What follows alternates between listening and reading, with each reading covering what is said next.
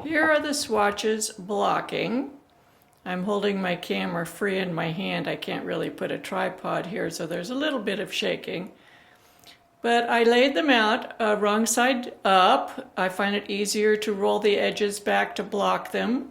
I was very, very careful to not stretch them in any way.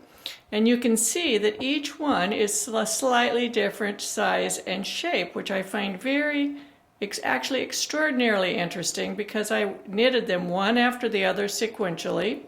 They're all the same number of stitches and rows, and they actually weigh the same.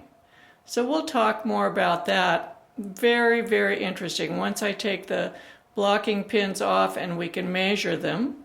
Over here, these are the two that I stretched as far as they would stretch in every direction. You can see they stretched out to about the same size. And again, once those are dry and I take the blocking pins off, we'll take a close look and see what happens. Remember, the off-white swatches are non-superwash, the light blue are the superwash. So we'll be back for more information. So I'm going to start taking the blocking pins out and let's see what happens. Oh, that one pulled in a little bit. Isn't that interesting?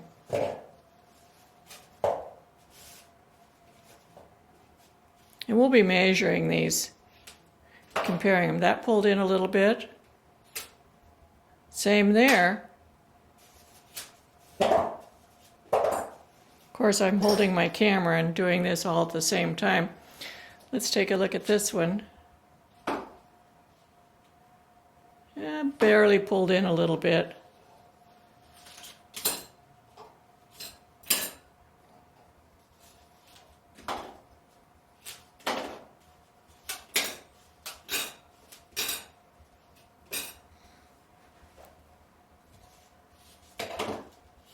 A little bit of a change. Now, I normally recommend when you're blocking swatches to, my hand is shaky, I'm sorry. Normally when I block swatches for getting gauge, I highly recommend not measuring for gauge as soon as you take the pins out, because the fabric is still going to change a little bit. I actually recommend carrying the swatch around with you, letting it rest for a while, waiting even maybe days before you measure the gauge. I'm not going to undo these yet because that's going to be a separate experiment, so they're going to stay on the blocking board. Okay, so here we have the swatches, and what I'm going to do is just measure the width and height of each one. They've just been taken off the blocking board.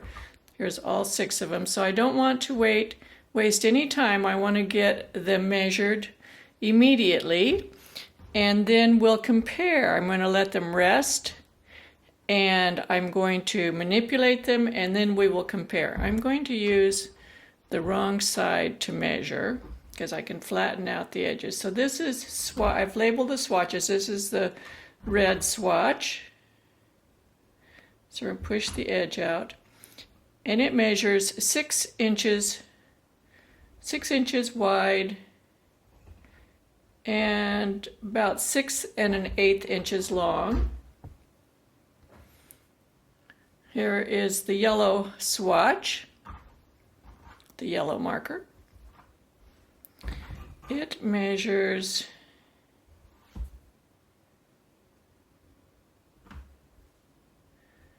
looks like 6 1/4 inches wide,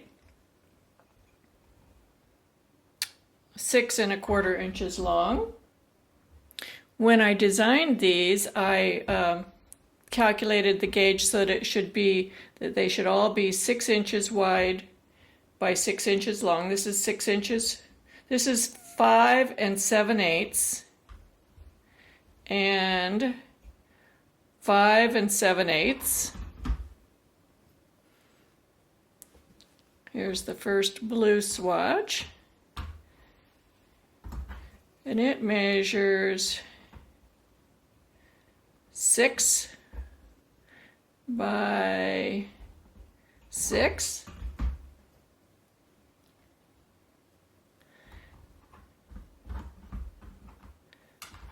Whoops, my marker came off.